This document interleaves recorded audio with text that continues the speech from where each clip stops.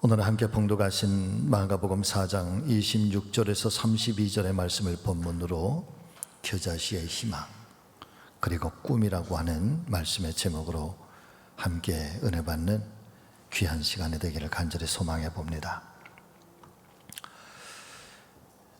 영국의 젊은 청교도 목사님 중에 존이라고 하는 이름을 가진 목사님이 한 분이 계셨는데, 이 존이라고 하는 목사님은 소위 아메리칸 드림이라고 하는 그런 꿈을 이루기 위해서 영국에서 이제 미국 땅에 건너와 새로운 목회 또 새로운 사명, 그러게 하나님의 큰 뜻을 이루어 드리겠노라 결심을 가지고 미국 땅을 찾아오게 됩니다. 그런데 불행하게도 불과 1년밖에 채 되지 않은 1638년에 이분이 폐결핵 진단을 받게 되면서 이제 자신의 꿈도 이루지 못한 채 죽음의 날만을 기다리게 되면서 자신의 살아왔던 그 짧은 인생을 돌아보고, 그러나 자신이 꿈꾸었던 이 하나님 거룩한 사명들, 이 땅에 하나님의 나라를 어떻게 세워갈 수 있을 것인가 고민하며 기도했던 그 기도의 제목들을 생각하면서 이제 내가 마지막 내 인생을 어떻게 정리할 수 있을까, 그러다가 보니까 자신에게 남겨져 있는 정말 좋아했던 책들 400여 권을 이제 그때 당시에 새롭게 시작된 뉴 칼리지라고 하는 대학교에 기증을 하게 되지요. 그 400권에 어쩌면 자신의 인생에 남겨진 모든 흔적이라고 하는 것을 이제 뉴 칼리지 대학에 기증하면서 헌정서를 하나 작성해서 한 장의 편지로 첨부를 하게 되는데, 이 편지는 이 젊은 목사님의 유언장과 같은 편지였고, 다른 한편으로는 자신이 이루지 못한 꿈에 대한 아쉬움과 안타까움을 담고 있는 자신의 인생을 향한 스스로의 헌정서와 같은 내용이었었다라고 합니다. 그 중에 한 일부가 이런 내용인데, 여러분 한번 좀 보실까요? 이 땅에 꿈을 안고 찾아왔습니다. 좀 더 깊은 신학을 공부하고 싶었고 법률도 과학도 공부하고 싶었습니다. 그래서 훌륭한 신학자가 되고 훌륭한 법률가가 되고 훌륭한 과학자가 되고 싶었던 것이 나의 꿈이었으며 나의 인생이었습니다.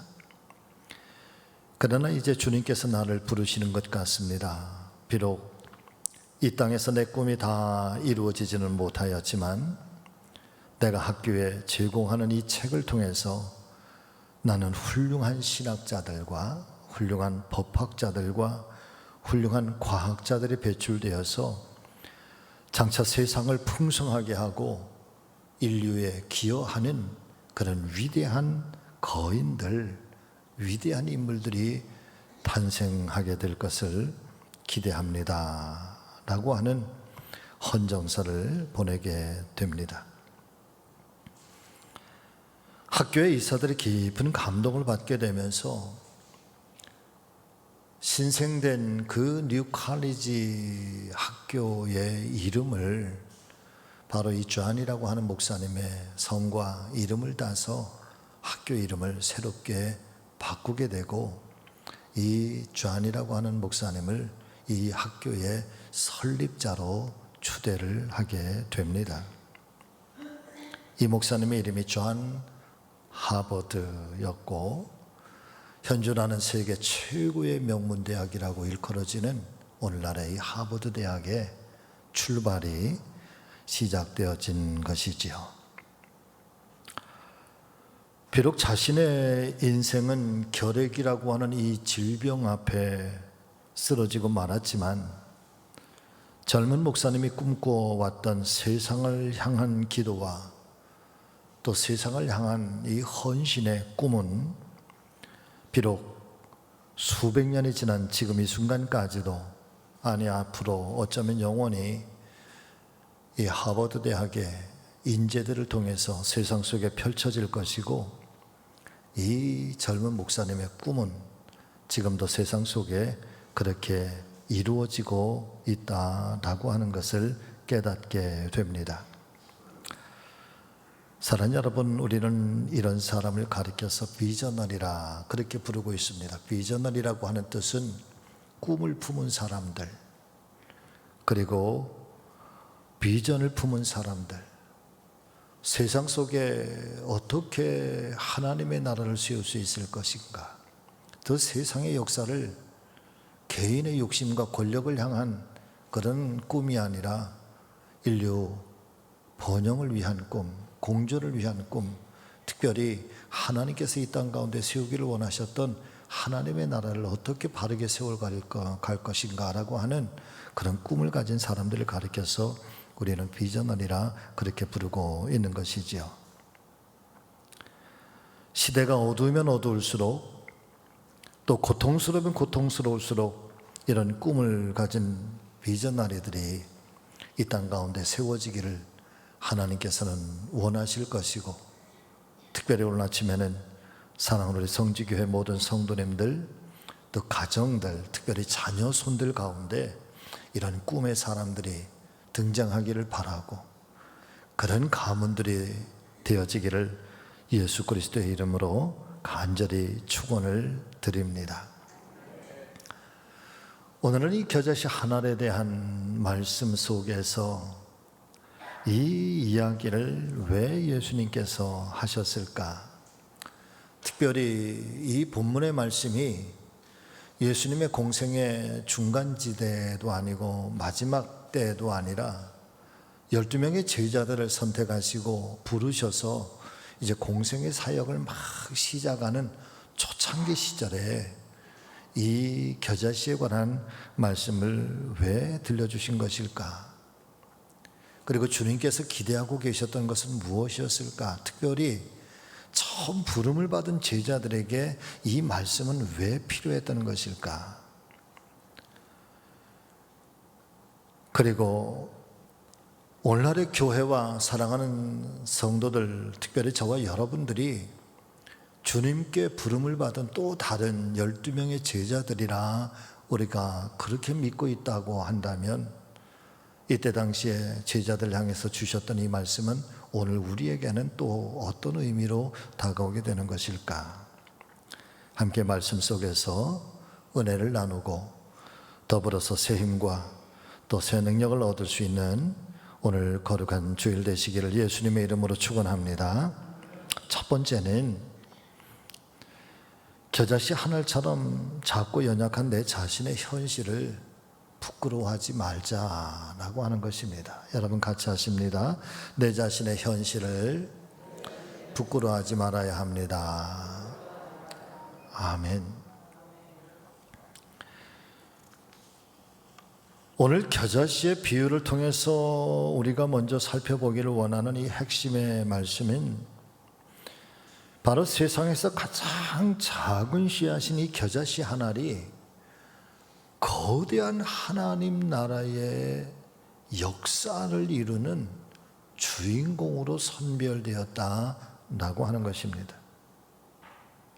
바꿔서 말씀을 드리면 겨자씨 한 알로 대변되고 있는 이 작은 것, 그것도 세상에서 가장 작은 씨앗이라고 그렇게 분류되고 있는 이 겨자씨 한 알, 이것이 상징적인 의미로 우리에게 보여주고 있는 것은 우리의 작은 현실이라는 거죠. 물질적인 모양만을 말씀하시는 것이 아니라 우리의 삶의 전 존재에 있어서 우리를 작게 만드는 것, 우리로 하여금 고통스럽게 만드는 것들, 또 나를 좌절하게 만드는 것들, 태어날 때부터 내가 누리지 못했던 내 삶의 어떤 그런 현실들, 아니면 뜻하지 않게 부딪혀오는 시련과 고난과 역경들 때문에 오늘 무너지고 깨어진 우리의 이 삶의 자리들, 때때로 그것이 가난의 현실일 수도 있고, 또 때로는 질병일 수도 있고, 또 뜻하지 않게 내 생애 속에 찾아온 이 장애라고 하는 이 아픔이라든가 또 등등의 우리를 너무나도 자꾸 보잘것없게 만드는, 그래서 초라하게 만드는 이 모든 삶의 현실들, 그것들을 오늘 성경은 겨자씨라고 하는 세상에서 가장 작은 씨앗으로 비유해서 예수님께서는 우리에게 말씀해 주시고 있는 것입니다. 겨자씨 한 알의 그 작은 씨앗이 세상을 바꾸게 되는 놀라운 하나님의 역사에 쓰임받는 것처럼 먼저 우리 스스로가 우리 자신의 이 연약한 현실, 내가 작다라고 하는 것, 내 인생의 작은 현실이라고 하는 것을 부끄럽게 여기지 말아야 한다라고 하는 것입니다. 예수님 공생의 사역 초창기 시절을 여러분 한번 기억해 보시기를 바랍니다. 예수님의 제자들이 처음에 예수님을 따라가기 시작했을 때 아마도 제자들은 큰 기대감을 가지고 있었을 것입니다. 왜냐하면 그때 당시 최고의 영적인 지도자요, 최고의 영향력을 끼치고 있었던 세례 요한조차도 예수님을 향해서 말씀해 주시기를, 나보다 더 위대한 사람이 내 뒤에 나타나게 될 것이다. 나는 그분의 신발끈 푸는 것조차도 감당할 수 있는 그런 존재가 아니다. 그분은 흥하여야 할 것이고 나는 쇠하여야 할 것이다. 사실 그때 당시에 이 세례 요한의 영향력이라고 하는 것, 말라기 선지자가 이 마지막 선지자로서의 사명을 감당하고 무려 500여 년 동안이나 이스라엘 백성들 사이에 선지자가 등장하지 않아서 하나님 말씀이 메마르고 하나님의 뜻이 도대체 어디에 있는지, 우리가 어떻게 하나님을 쫓아가야 할 것인지 모두가 다 혼란 속에 그 영적 어둠의 시기에 있을 때 세례 요한이라고 하는 선지자가 나타나서 광야에서 외칠 때 수많은 사람들이 그 영적 배고픔과 그 영적 갈급함을 위해서 광야를 찾아가 세례 요한에게 세례를 받고 하나님 말씀을 따라서 다시 한번 결단할 때, 그래서 이스라엘이라고 하는 온 나라가 발칵 뒤집혀질 때 그렇게 추앙을 받던 세례 요한이 나는 그분의 신발끈도 풀 수 있는 사람이 아니라고, 그분은 흥하여야 할 것이고 나는 이제 쇠하여야 한다라고 하면서 역사의 뒤안길로 사라지면서 그렇게 예수님을 소개했는데, 그렇게 예수님 앞에 부름을 받고 뽑힘을 받고 제자로 그렇게 이제 감당하면서 제자들은 과연 어떤 마음이었을까? 진리를 향한 아주 순전한 마음만 있었을까? 그것은 아니었을 것 같아요. 개인적인 영화와 개인적인 욕심도 아마 간직하고 있었겠지요. 그것은 예수님 십자가를 지시기 전까지도 끊임없이 세상 속에서 누가 크냐, 이제 주님께서 예루살렘에 돌아가 영광의 왕의 자리에 오르면 누가 어떻게 어떤 자리에 오를 것인가, 여전히 그 다툼을 가지고 있었던 제자들. 그러니 공생의 사역 초기에는 또 어떤 기대감을 가지고 그렇게 예수님을 따르게 되었던 것일까? 자, 그런데 이상합니다. 그런 엄청난 기대감을 가지고 예수님을 따라다니는데 별로 큰 사건도 발생하지 않고, 물론 몇 건의 작은 기적 같은 일들이 일어나기는 했습니다만은 오히려 예수님께서 행하셨던 그 기적 때문에 바리새인들과 당대의 제사장들, 권력가들에게 사랑하는 성도 여러분들이요, 오히려 코너에 몰리기 시작하고 핍박을 받기 시작합니다. 그런 상황들을 누가복음 13장의 말씀에 보면은 오늘 이 마가복음의 말씀들이 똑같이 기록이 돼서 재현이 되고 있는데, 그런데 누가복음 13장에는 마가복음에 기록되어지지 않은 한 줄의 말씀이 기록이 되어져 있습니다. 누가복음 13장 23절의 말씀인데, 어떤 사람이 여짜오되 주여 구원을 받는 자가 적으니까. 무슨 말씀일까요? 어떤 큰 기대감을 가지고 예수님과 함께 복음 사역에 뛰어들었지만 생각했던 것만큼, 기대했던 것만큼 사람들이 예수님과 제자들을 따르지도 않았고 세상을 향한 자신들의 존재감은 너무나도 미약했고 보잘것없는 존재들처럼 보여졌던 것입니다. 오히려 바리새인들이나 제사장들이나 서기관들에게 죄인들과 함께 어울린다는 비난과 핍박을 받게 되는 것이지요. 그러면서 제자들의 마음이 흔들리기 시작을 하는 것입니다. 과연 내가 잘한 걸까? 심지어는 내가 나의 직업과 나의 가족들조차까지도 다 뒤로 한 채 예수님에게 내 인생을 전부 걸었는데 과연 나는 옳게 선택을 한 것일까? 왜 사람들이 따라오지 않는 것일까? 왜 세상 속에 우리의 존재감이 그렇게 드러나지 않게 되는 것일까? 서서히 비관론에 빠져들기 시작하고 패배주의가 그렇게 밀려오기 시작하는 바로 그 시점에, 그 무렵에 예수님께서는 하나님 나라의 꿈을 이야기하고 겨자씨 하나의 희망을 말씀해 주시고 있는 것입니다. 결국은 이 겨자씨 하나의 희망은 바로 이런 이야기지요. 세상에 가장 작은 씨앗이 하나 있다. 누구도 관심을 갖지 않고 누구도 이 작은 씨앗이 어떤 역사를 이룰 것이라고 하는 기대감조차 없는, 그렇게 소외된 그런 씨앗이다. 눈에 보이지도 않은 씨앗이다. 그런데 이 작고 보잘것없는 것처럼 보여지는 이 겨자씨는 점점 자라나게 되는 것이다. 작은 것이 전부가 아닌 것처럼 눈에 보여지는 작고 보잘것없는 것이 전부는 아닌 것이다. 이 작은 것을 부끄러워할 필요가 없다. 왜냐하면 우리에게는 미래가 있기 때문이다. 그리고 이렇게 작은 겨자씨가 점점 자라나게 되면서 언젠가는 반드시 큰 나무가 되는데, 큰 나무가 되면 새들이 와서 깃들고 둥지를 틀 만큼 될 것이고, 가지는 그늘을 만들고 그 그늘 아래는 삶에 지친 사람들이 와서 쉼을 얻고 새 힘을 얻고 그렇게 일어나게 될 것이다. 그것이 바로 겨자씨인 것이다. 할렐루야. 사랑하는 성도 여러분, 우리는 작은 것들을 비하시킬 때가 참 많은 것 같습니다. 또 작다는 것을 감추려고 하고 작은 것을 무시하는 경향이 있습니다.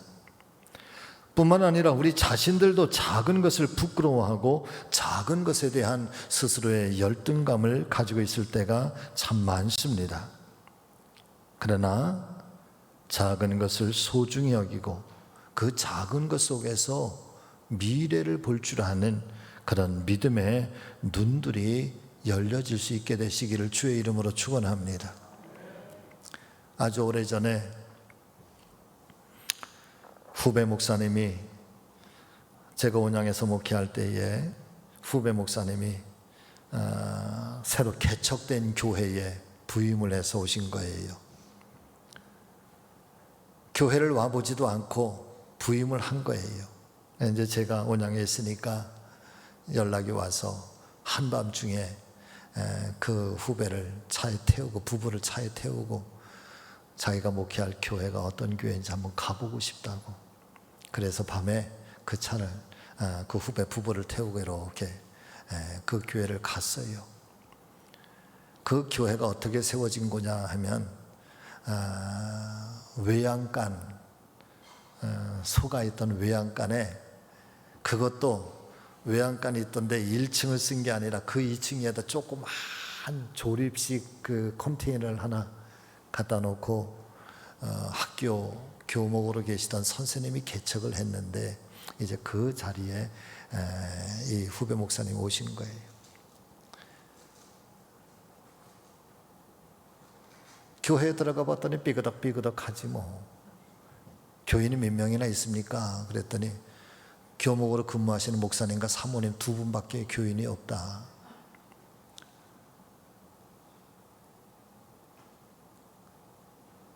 제가 가만히 보니까 실망하고 또 실망하고 또 실망해서 그때 제가 그 후배를 향해서 들려주었던 얘기가 그런 얘기예요. 작은 교회가 얼마나 아름다운가 라고 하는 것을 내가 보여주어라. 그리고 내가 결코 이 작은 교회의 목회자라고 해서 위축되지 말고, 지금은 작은 모습이지만 이제 작은 내 모습이 이 교회를 통해서 하나님께서 어떤 역사를 이루어 가실 것인지 그 기대감과 그 열정을 가지고 첫 목회를 시작해 보아라. 그렇게 권면을 했던 기억이 있습니다. 그 친구는 지금 서울에 아주 유명한 그 교회의 담임 목사님으로 현재 목회를 참 잘하고 있습니다.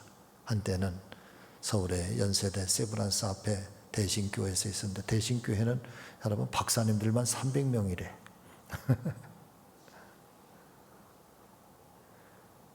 얼마 전에 만났는데 그 친구가 그런 얘기를 해요. 형님, 제가 정말 그때 목회를 해야 되는가, 부임을 해야 되는가.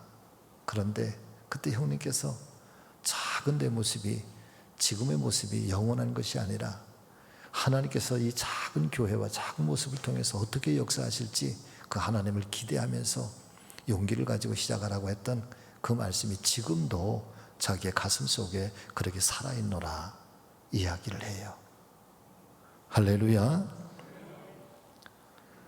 사랑하는 성도 여러분, 때때로 내 모습이 너무 작아 보일 때가 있습니다. 물질이 없어서 너무 가난해서, 때로는 내 건강이 너무 아프고 연약해서 내가 도대체 무엇을 할 수 있을까? 내 자녀들에게 짐은 되는 것이 아닐까? 또 자녀들 때문에 너무 아파서, 또 내 삶의 현실이 너무 막막하고 캄캄해서 내 모습이 너무 작아 보이고 초라해 보이고 세상에서 가장 작은 겨자씨 한 알처럼 아무것도 할 수 없을 것 같은 그런 열등감, 그런 속에 빠질 때도 있을지 모르겠습니다. 그러나 여러분 부끄러워하지 마세요. 하나님께서 오늘 쓰시는 위대한 역사는 세상에서 가장 작은 겨자씨를 통하여 온 세상의 나무, 온 세상의 새들이 와서 깃들게 하고, 삶에 지친 사람들이 와서 그 그늘 안에 쉼을 얻고 또 평안을 얻고, 그러게 하나님의 은혜를 경험하게 하는 것처럼 오늘도 하나님은 그런 약한 것들을 들어서 오늘도 강하게 쓰시는 하나님이신 것을 믿으실 수 있기를 바랍니다. 그래서 하늘의 언어가 있다고 한다면, 우리가 신앙생활을 하면서 결코 잊지 말아야 할 그런 언어가 있다고 한다면, 여러분 이 말씀만큼은 절대로 잊어버리지 않게 되시기를 예수님의 이름으로 축복합니다. 여러분 같이 하십니다. 약해도 쓰임받을 수 있습니다. 약해도 쓰임받을 수 있습니다. 아멘. 약하기 때문에 더 크게 쓰임받을 수 있습니다.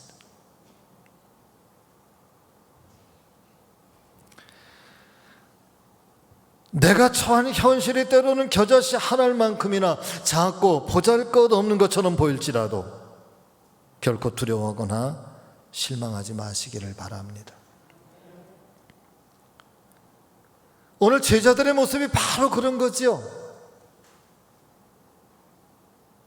큰 기대감을 가지고 예수님을 따라가기 시작했는데,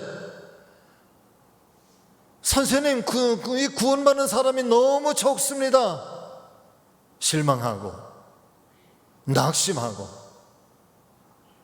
그때만 아니라 여러분 요한복음 10장의 말씀에 보면은 예수님께서 제자들 향해서 이런 말씀도 하세요. 여러분 같이 해보실까요? 너희도 나를 떠나려느냐. 사람들이 다 예수님을 떠나가.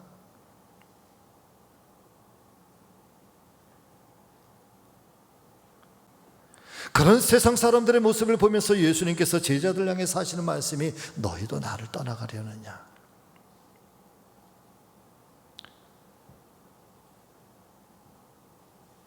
그렇게 현실의 모습에 대해서 실망하고 현실의 모습에 대해서 낙심하고 현실의 모습에 대해서 좌절하고 있는 바로 그때 예수님께서는 이 겨자씨에 관한 말씀을 들려주시면서 여러분, 이 겨자씨가 가져올 미래의 하나님의 놀라운 역사들,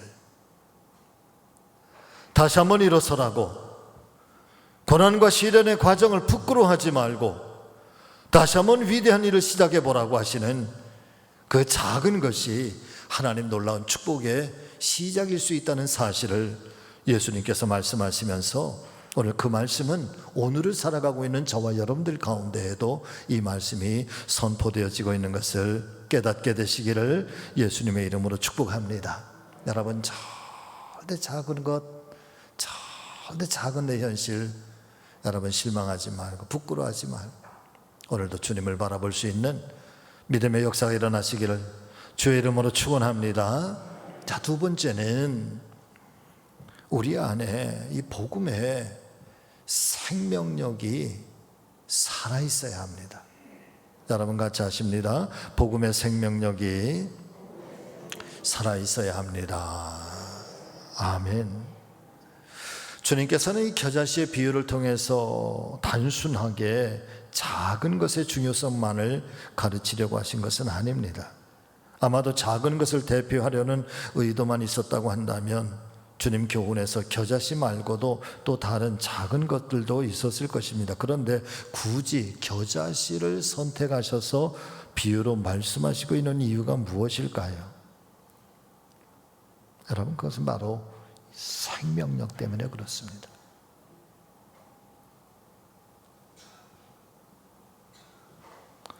세상에서 가장 작은 씨앗이지만 그럼에도 불구하고 이 작은 씨앗이 자라날 수 있는 것, 그리고 크게 성장할 수 있는 것, 그리고 새들이 와서 둥지를 틀 수 있게 하는 것, 그리고 사람들에게 쉼을 줄 수 있게 하는 것은 여러분, 이 겨자씨 안에 생명이 살아있기 때문인 것이죠. 여러분, 겨자씨를 보신 적이 계십니까? 성지순례를 다녀오시면 많은 분들이 겨자씨를 그렇게 선물로 주시는 경우가 있는데, 여러분, 겨자씨 크기가 얼마나인가 하면은 어떻게 설명을 드려야 되나요? 볼펜을 가지고 말이에요, 커다란 종이 위에다가 볼펜을 가지고 점 하나 콕 찍어 놓으면 겨자씨 크기가 꼭 그래요. 먼지 한 톨 같아요. 먼지 한 톨. 눈에 보이지도 않아. 그런데 놀라운 거는 눈에 보이지도 않는 이 작은 겨자씨에 생명력이 살아있다는 거예요. 그 생명력이 얼마나 위대한 역사를 만드는가 하면 그 작은 겨자씨를 점점 자라게 하고, 그리고 어떤 순간에는 큰 나무가 되게 하신다는 거죠. 이 겨자씨 나무가 보통은 1.5m 정도 자라게 되는데 조금 크면 3m 정도, 그리고 좀 더 자라면 5m 나무의 큰 나무가 된다는 거예요. 이 작은 씨앗이 눈에도 보이지 않는데 도대체 이 작은 씨앗 속에 어떤 역사가 일어나는 걸까? 생명이 흐르기 시작하는, 생명의 역사가 일어나기 시작하는 거지. 꿈틀대기 시작하는 거예요. 역동하기 시작하는 거예요. 세포들을 분열시키고 자라나게 하고 성장하게 하고 마침내는 거대한 나무가 될 때까지 이 생명의 역사는 멈추지 않게 되는 것입니다. 예수님께서 오늘 이 작은 겨자씨를 통해서 이 하나님 나라를 말씀하시고 있는 것은 바로 이 겨자씨 안에 이 생명력이 살아있고, 이 생명력은 지금도 움직이고 있고, 이 생명력은 세상을 바꿀 만한 그런 위대한 일들을 만들어낼 수 있기 때문에 이 겨자씨를 통해서 오늘도 주님은 이 이야기를 우리에게 전해주시고 있는 것입니다. 겨자씨의 비유를 통해서 예수님 말씀하시고 싶은 것이 무엇일까요? 여러분, 이 겨자씨의 생명력은 바로 복음의 능력인 것입니다. 여러분, 복음이 무엇입니까? 여러분 같이 하십니다. 복음은 예수님 자신입니다. 복음은 예수 그리스도 자신입니다. 아멘. 여러분, 복음은 예수 그리스도의 자신이고요, 예수 그리스도의 능력이고 예수 그리스도의 생명입니다. 이 굿뉴스라고 하는 것, 기쁜 소식이라고 하는 것, 이 사람을 행복하게 하는 소식, 이것이 구원의 은총으로 그리고 영원한 생명을 우리에게 가져다 주는 것처럼 이 모든 것들은 곧 예수 그리스도를 상징하는 것이고 예수 그리스도를 말씀하는 거죠. 겨자씨 안에 있는 생명력이라고 하는 것은 곧 우리 안에 예수 그리스도의 생명력, 예수 그리스도의 복음을 말하는 것인데, 우리의 삶의 현실이라고 하는 것이 때로는 아주 작은 겨자씨처럼 보잘것없는 것처럼 보여지고 초라해 보이고 아무것도 할 수 없는 것처럼 그렇게 보여진다고 할지라도 그 안에 생명력이 있어서 그 겨자씨 한 알이 큰 나무가 되게 하는 것처럼 우리의 삶의 현실이라고 하는 것이 그렇게 때로는 보잘것없는 것 같아도, 여러분, 우리 안에, 내 삶 안에, 내 현실 안에 예수 그리스도의 이 복음의 생명력이 살아있다라고 한다면, 그 생명력이 움직이고 있다고 한다면, 그 복음이 오늘도 살아있다라고 한다면 이 생명은 점점 더 자라나게 하고 보여지는 환경과 현실들에 굴복당하는 것이 아니라 뚫고 일어나서 더 큰 나무로 성장해 하는 것처럼 우리의 삶을 하나님 은혜 안에 복되게 하시는 줄로 믿습니다.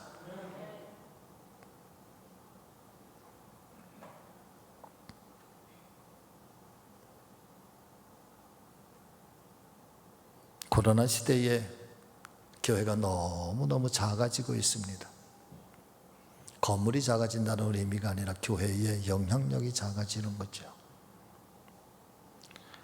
코로나 시대에 우리의 신앙도 점점 작아지고 있는 것 같습니다.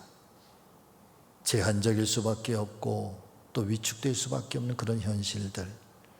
그러나 사랑하는 성도 여러분들이요, 이 고통스러운 시대에 어떻게 주님께서 쓰실 만한 우리 교회와 우리의 가정들이 될 수 있는 것일까?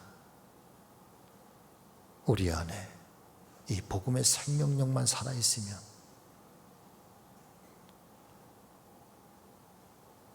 예수 그리스도를 향한 우리의 믿음이 살아있기만 한다면, 여러분, 교회는 다시 일어나게 될 줄로 믿습니다. 그리고 하나님의 맡겨주신 이 거룩한 사명들 다시 한번 큰 나무로 부흥하고 성장하게 돼서 하나님께서 이루시기를 원하시는 하나님의 꿈이 오늘날 교회와 또 성도들, 저와 여러분들을 통해서 다시 한번 이 땅 가운데 펼쳐지게 되는 줄로 믿습니다. 그러기 위해 우리 안에 사랑하는 성도 여러분들의 이 복음의 생명력이 사라지지 아니하도록, 복음의 열정이 끊어지지 아니하도록, 이 생명이 끊어지지 아니하도록 우리 안에 용광로처럼 다시 한번 타오르게 될 수 있기를 예수님의 이름으로 축복합니다.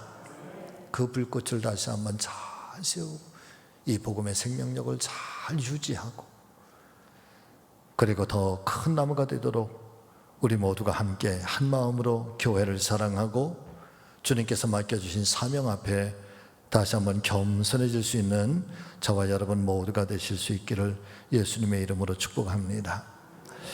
말씀을 마치려고 합니다. 아직도 사랑하는 성도 여러분, 우리 믿음의 식구들 가운데서도 여러 가지 일들로 고통당하고 있는 분들이 많이 계십니다. 마치 겨자씨 한 알처럼 누가 나를 보아줄까, 또 세상 속에서 내 존재가 너무 미약해서 또 하나님 앞에 그렇게 오늘도 아픔을 가지고 기도하는 그런 분들이 많이 계시리라 믿습니다. 여러분, 복음의 생명력 잃지 마시기를 바랍니다. 그리고 내 작아진 현실을 부끄러워하지 말고, 그러나 그 작아진 현실 속에서 또다시 일어나게 하시고 큰 나무가 되게 하시는 하나님의 은혜를 기억하면서 오늘 하나님과 더불어서 승리하는 우리 믿음의 성도님들 다 되시기를 예수님의 이름으로 축원합니다. 그리고 우리 교회도 여러분 더 큰 나무가 되어가기 위해서 함께 이 사명 감당하고 일어나 우리 함께 이 길을 용기 있게 달려가는 우리 성지 가족들 다 되어 주시기를 예수님의 이름으로 축원합니다. 기도하겠습니다.